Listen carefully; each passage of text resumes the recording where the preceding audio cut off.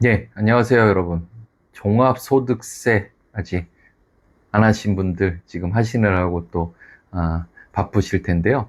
지난번에 제가 예술인을 위한 프리랜서 종합소득세 신고 완벽 가이드 공유를 드렸는데, 그러면서 아직 안 하신 분들 참고하시라고 영상을 좀 제작을 했습니다. 예술인 세금이 왜 이렇게 어렵게 느껴질까요? 사실 제가 보기엔 수입이 적어서가 아니라 수입의 모양이 좀 제각각이어서 그런 것 같습니다. 보통 보면 레슨, 외주, 원고료, 강의료, 공연비, 이걸 한꺼번에 이해하지 못하면 신고도 미뤄지고 환급도 놓치기가 쉽습니다. 이번 영상에서는요, 여러분이 올해 종합소득세 시즌에 어디부터 확인해야 되는지 실무적으로 좀 체크를 해보도록 하겠습니다. 예. 보시면 여기 이제 종합소득세 쭉 나와 있는데, 사실 예술인은 월급처럼 한 종류 소득만 있는 경우보다 여러 형태의 소입이 섞여 있는 경우가 많습니다. 예를 들어서 정기 레슨 계속 반복되고요. 어떤 지원사업 프로젝트성 외주는 기간이 정해져 있고요. 일회성일 가능성이 크고요. 강연이나 원고는 또 일시적입니다. 이러다 보니 같은 예술인 안에서도 사업소득, 기타소득, 근로소득이 섞여 있을 수 있습니다. 예. 그래서 예술인 세금은 얼마 벌었는가 보다는 사실 어떤 소득이 섞여 있는가를 먼저 봐야 됩니다. 예. 그러면은 제일 궁금하신 거 종합소득세 안에서 이 소득 분류를 한번 좀 간단하게 설명을 드려볼게요. 이 3.3과 8.8을 예술인 눈높이로 좀 이해를 해야 됩니다.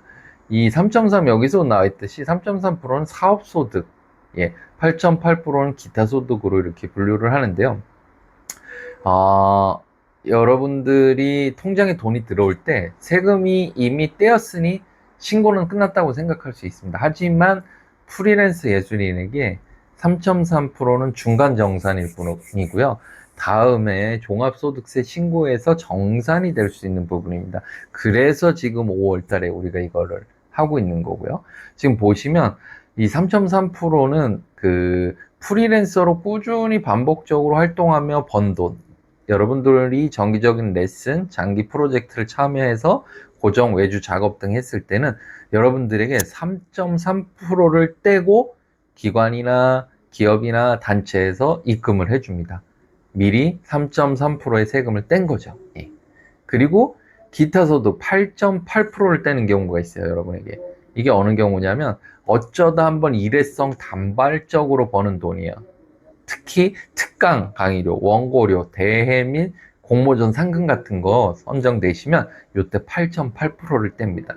그러면 여러분들은 난 돈만 들어오니까 그것만 신경 썼는데 사실 3.3%, 8.8%가 떼어지면서 여러분들이 얼마를 지금 벌었는지 세무 신고가 다 되고 있다라는 겁니다. 예, 이해되시죠?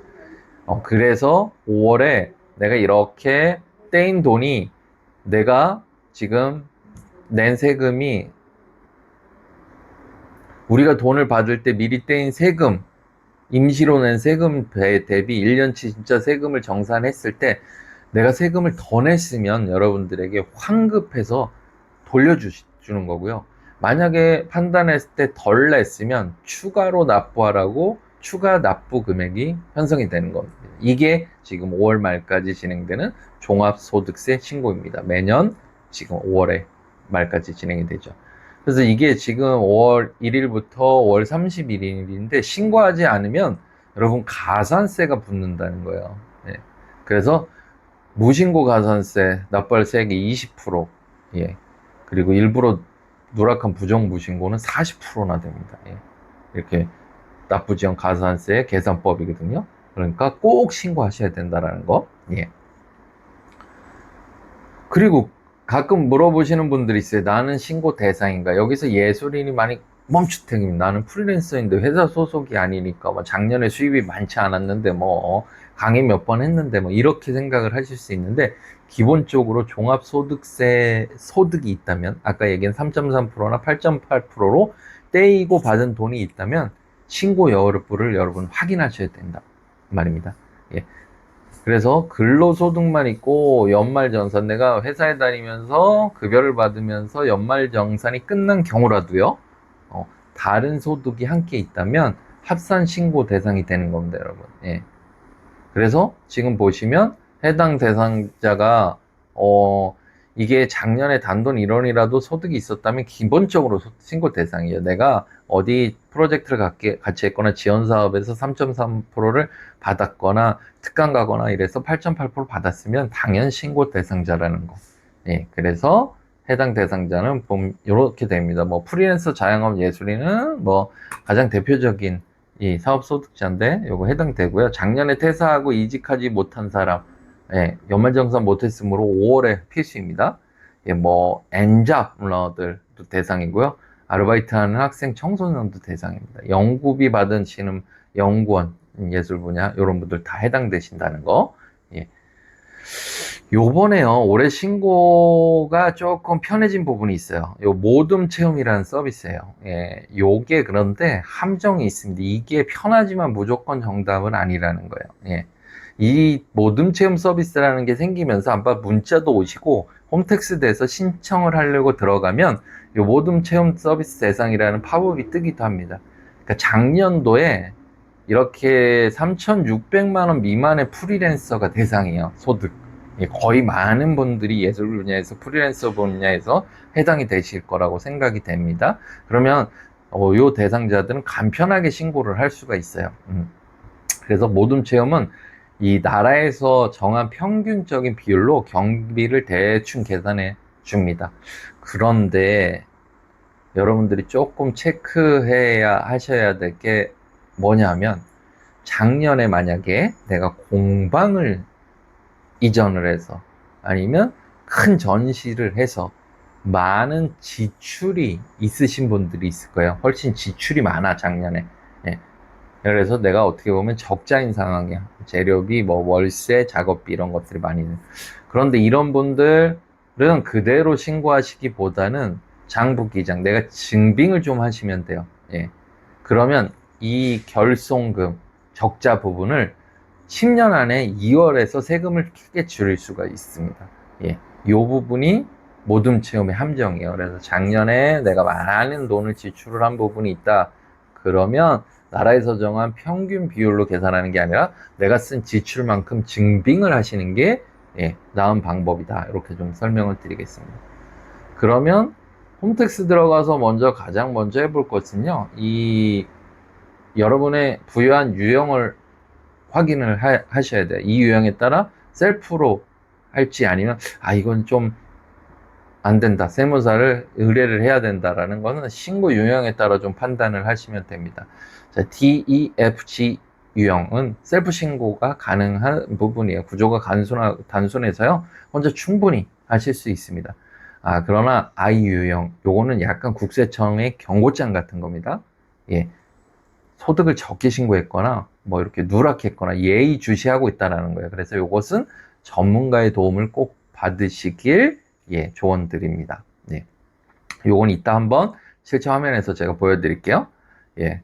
그래서 1년간 쓴 내역을 어떻게 증명할 것인가예요. 그래서 간편장부 대상자 셀프 하는 것은 뭐 가계부 쓰듯이 수익과 지출을 간단히 적으면 되는데, 요 세무사 상담 추천한다라는 것은 복식부기는 요건 좀 복잡하다 보니까 요게 시간도 그렇고 에너지 소비도 그러니까 요건 전문가의 도움을 받는 게 맞다. 예. 예, 그래서 여러분들 홈택스 로그인 하시고요. 종합소득세 신고하기 클릭을 하시면 이제 팝업이 뜰 거예요. 그런데 여기에서 신고 도움 서비스 열람을 클릭하신 후에요, 종합소득세 신고 신고 유형 확인하시고 맞춤형 신고서 작성하기 버튼을 눌러서 하나씩 기본 정보부터 저장하시고 입력하시면 됩니다. 그래서 사업소득 3.3%, 불러오기, 그 다음에 근로소득 불러오기 과정을 통하시고요. 인적공제, 이게 배우자, 자녀 등 부양하고 있으면 1인당 150만 원씩, 이거 내 소득에서 빼줌으로 세금이 뚝 떨어집니다. 이런 거. 그 다음에 이제 소득공제 입력 자동 불러오기, 그 다음에 보험료, 그 다음에 세공제 등이 있어요. 뭐 연금저축, 의료비, 교육비 등 이런 거. 그 다음에 환급계좌 정보 입력하고 최종 확인 제출 누르시면 끝납니다. 근데 이제 여러분들 챙겨야 좀 자주 하는 실수라든지 뭐죠? 여기 꼭 챙겨야 되는데 놓치는 거, 요게 좀 있습니다. 요거를 조금 설명드리려고 해요. 예술인은 이 수입 자체보다는요, 증빙을 놓쳐서 손해보는 경우가 많거든요.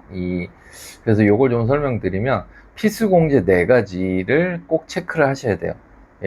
본인 및 부양가족 1인당 150만 원이라고 했죠. 그 다음에 기부금을 혹시 내가 내고 있는 거, 뭐 예술인분 중에 종기 있으신 분이 많으니까요.